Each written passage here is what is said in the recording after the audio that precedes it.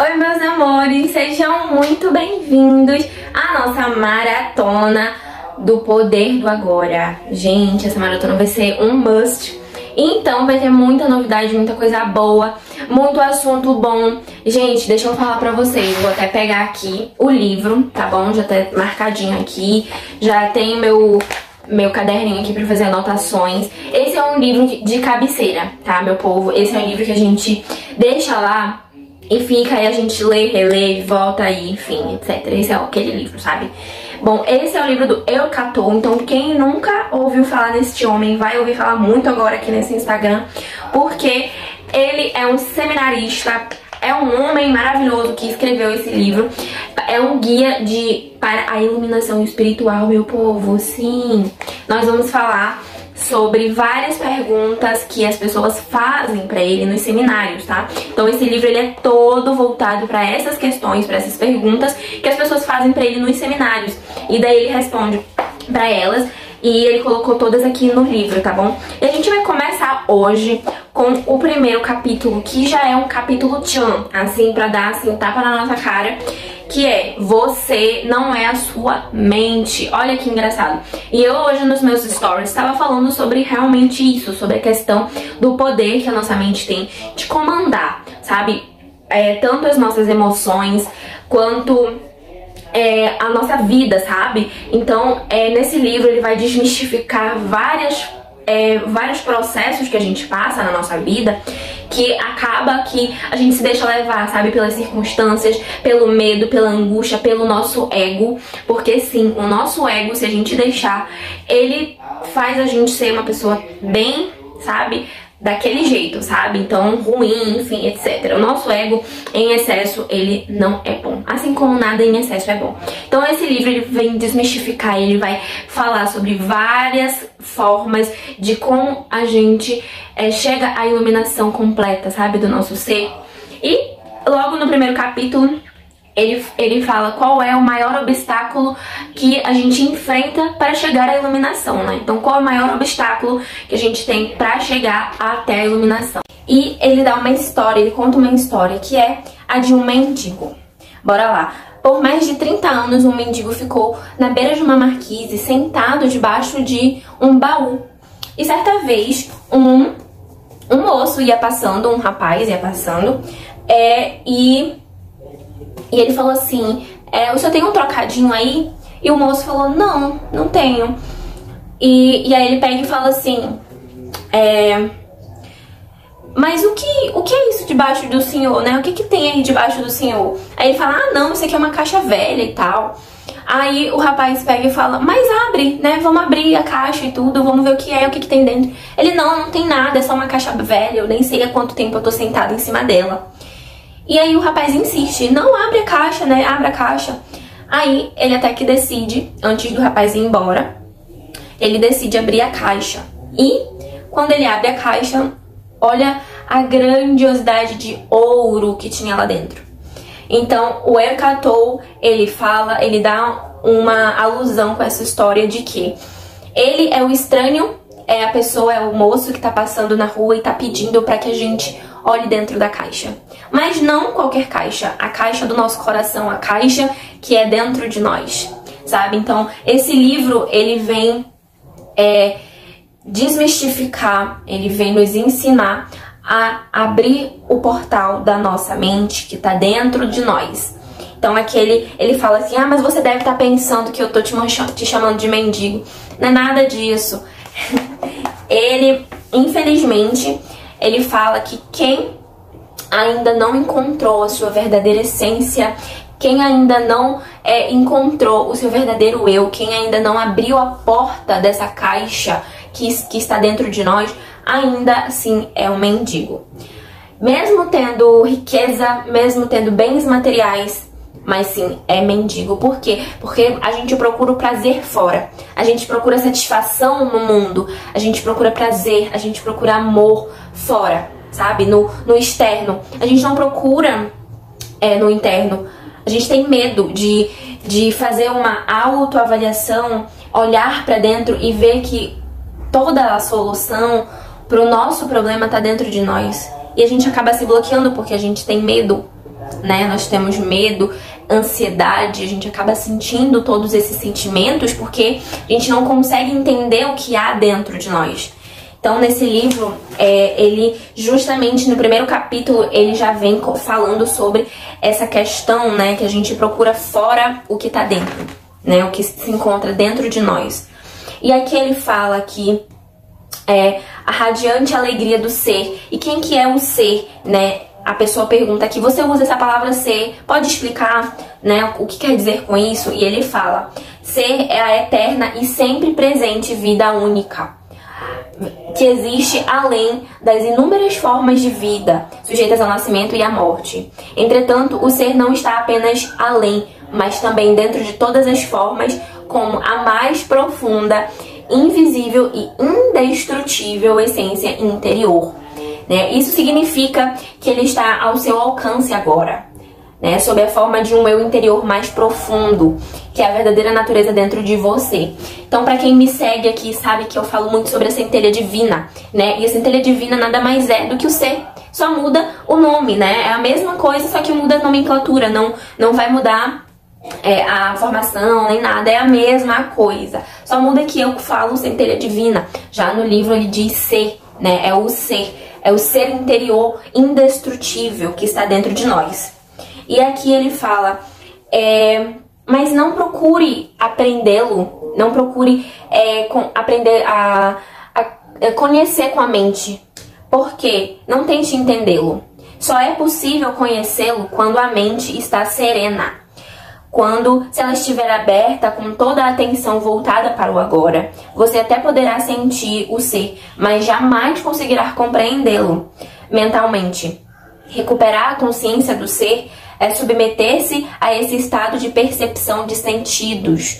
É o que chama de iluminação. Olha que bacana, né? Essa questão do ser. Não adianta a gente querer entender com a nossa mente, porque a nossa mente tende a fazer rótulos, né? Não vamos nos prender a rótulos, a nomes, vamos apenas sentir essas palavras, todo o ensinamento desse livro, porque ele tem muito conteúdo que dá pra gente ir tirando nos mínimos das palavrinhas que ele fala aqui, sabe? E aqui ele continua. Uma pessoa pergunta, quando você diz ser, está falando de Deus? E se estiver, por que você não fala expressamente, né? E aqui ele fala, Deus... a palavra Deus tornou-se vazia de significado ao longo dos milhares de anos de utilização imprópria, né? Emprego-a ocasionalmente, mas com moderação. Considero imprópria a sua utilização por pessoas que jamais tiveram a menor ideia do reino sagrado, da infinita imensidão contida nessa palavra, mas que a usam com grande convicção, como se soubessem do que estão falando. Existem ainda aqueles que questionam o termo como se soubessem o que estão discutindo, e esse uso indevido dá origem a crenças, afirmações e delírios absurdos, tais como o meu ou o nosso Deus é o único Deus verdadeiro, seu Deus é falso, ou a famosa frase de Nietzsche, Deus está morto, né? Então ele explica aqui que a palavra Deus em si, né, não o significado, né, não o ser Deus, mas a palavra Deus, ela de uso impróprio durante milhares de anos, acaba perdendo a sua significância, sabe? Por quê? Porque as pessoas falam de uma forma como se soubessem da sua magnificência tão grande, que acabam fazendo disso algo para humilhar, algo para rebaixar, algo para utilizar daquilo como se o Deus dele fosse melhor do que o Deus que eu acredito, sabe? E não é isso, Deus não é isso, Deus não é separação, né? Deus não era algo que a gente tem de olhar e ver que é para todos. Deus não é pra mim, Deus não é pra tal pessoa, não. Deus está dentro de nós, Deus somos nós em ação, sabe? Deus está dentro da gente e todas as atitudes que nós temos ou nos eleva a mais próximo de conexão com a nossa própria centelha, com o nosso próprio ser, ou nos leva pra não conexão com isso, sabe? Então, a palavra, ela acaba ficando num conceito fechado, né? E aqui ele fala, né, quando a pronunciamos, criamos uma imagem mental. Talvez não mais a de um velhinho de barba branca, mas ainda uma representação mental de alguém ou de algo externo a de nós, né? De algo externo a nós. Quase inevitavelmente, alguém ou alguma coisa do sexo masculino. Tanto Deus quanto ser são palavras que não conseguem definir nem explicar a realidade por trás delas. Ser, entretanto, tem a vantagem de sugerir um conceito aberto. Não reduz o invisível, infinito a uma entidade finita. É impossível formar uma imagem mental a esse respeito. Ninguém pode reivindicar a posse exclusiva do ser. É a sua essência tão acessível como sentir a sua própria presença, a realização do eu sou que antecede o eu sou isso, o eu sou aquilo. Portanto, a distância é muito curta entre a palavra ser e a vivência do ser. Olha aí, então ele falando a respeito de que a gente questiona, a gente fala daquilo que às vezes a gente não tem propriedade para falar, que a gente acaba deixando aquilo guiar os nossos passos, né? Ah, porque só tem um Deus, que só tem... Não estou desmerecendo a crença de ninguém, só para deixar claro, tá? Mas eu estou falando a respeito do que o livro tá tentando nos ensinar, sabe? Nos trazer a real essência do que é significado de ser, sabe? Então, não levem nada pro pessoal, não quero julgar a crença, não quero falar nada, estou apenas comentando sobre o livro e é a minha opinião, tá bom? Então, caso alguém queira colocar um comentário aqui maldoso, saiba que não estou querendo ofender crença e nem algum tipo de religião nenhuma, não é isso o meu intuito aqui, tá bom? Só pra deixar claro. Então, bora lá, voltar aqui. Aí aqui outra pessoa pergunta, mas qual é o maior obstáculo para vivenciar essa realidade? Aí ele fala, identificar-se com a mente. O que faz com que estejamos sempre pensando em alguma coisa.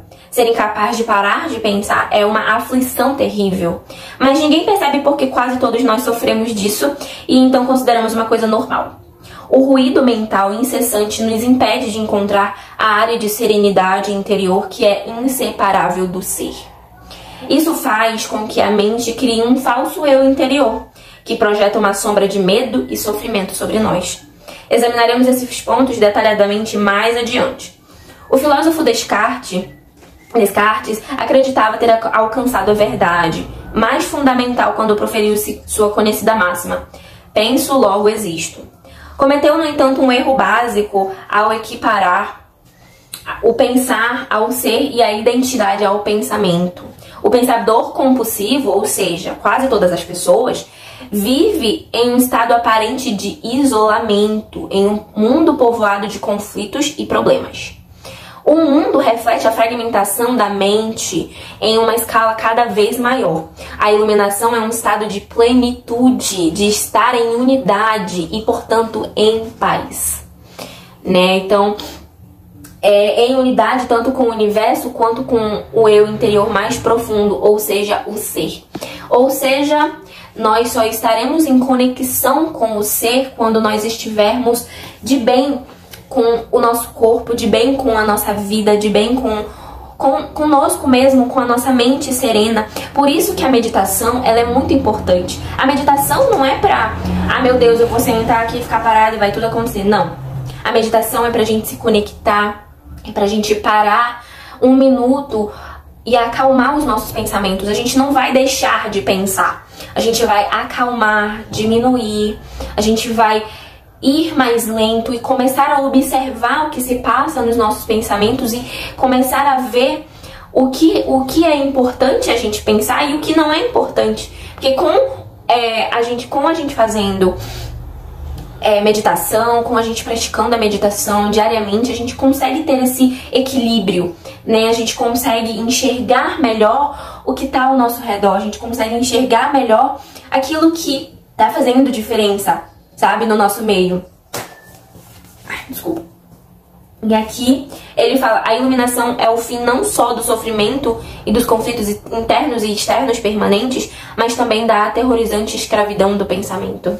Que maravilha, que maravilhosa libertação. Não é bom quando a gente toma as rédeas, toma o controle dos nossos pensamentos, toma o controle da nossa vida?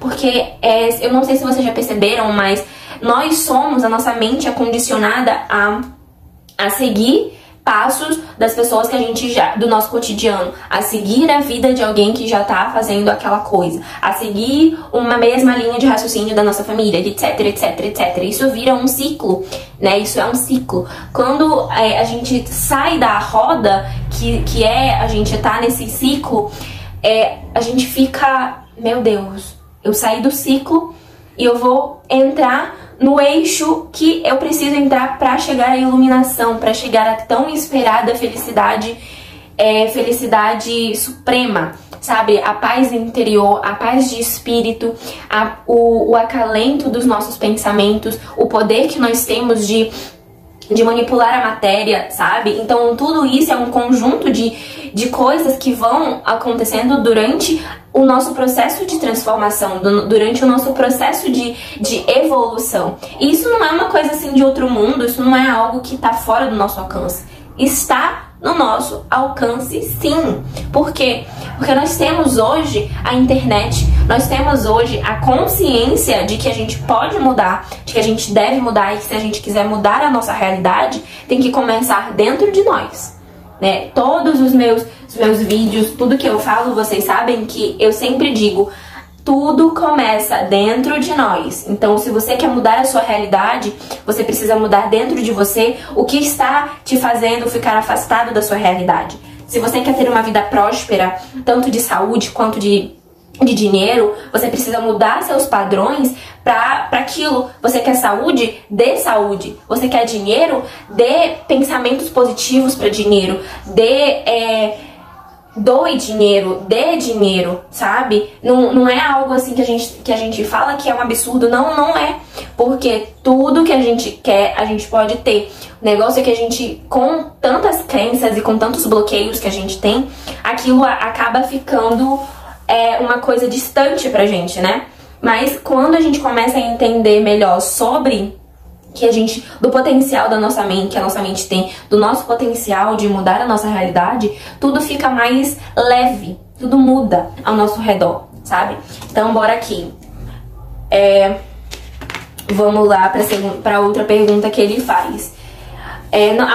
Uma pessoa faz a pergunta pra ele: não concordo muito com isso. É verdade que penso muito sem um objetivo definido, como a maioria das pessoas, mas ainda posso escolher como usar minha mente para ter e conseguir as coisas, e faço isso o tempo todo. Ele responde: só porque podemos resolver palavras cruzadas e construir uma bomba atômica, não significa que estejamos usando a mente. Assim como os cães adoram mastigar ossos, a mente adora transformar dificuldades em problemas. É por isso que ela resolve palavras cruzadas e constrói bombas atômicas. Mas essas coisas não interessam a você. Pergunto então, você consegue se livrar da sua mente quando quer? Já encontrou o botão que a desliga? A ideia é parar de pensar completamente? Não consigo, a não ser por 1 ou 2 segundos. Então, é porque a mente está usando você. Então, estamos tão identificados com ela que nem percebemos que somos escravos. É quase como se algo nos dominasse sem termos consciência disso, e passássemos a viver como se fôssemos a entidade dominadora. A liberdade começa quando percebemos que não somos a entidade dominadora, o pensador. Saber disso nos permite observar a entidade. No momento em que começamos a observar o pensador, ativamos um nível mais alto de consciência. Começamos a perceber então que existe uma vasta área de inteligência além do pensamento, e que este é apenas um aspecto diminuto da inteligência. Percebemos também que todas as coisas realmente importantes, como a beleza, o amor, a criatividade, a alegria, a paz interior, surgem de um ponto além da mente. É quando começamos a acordar.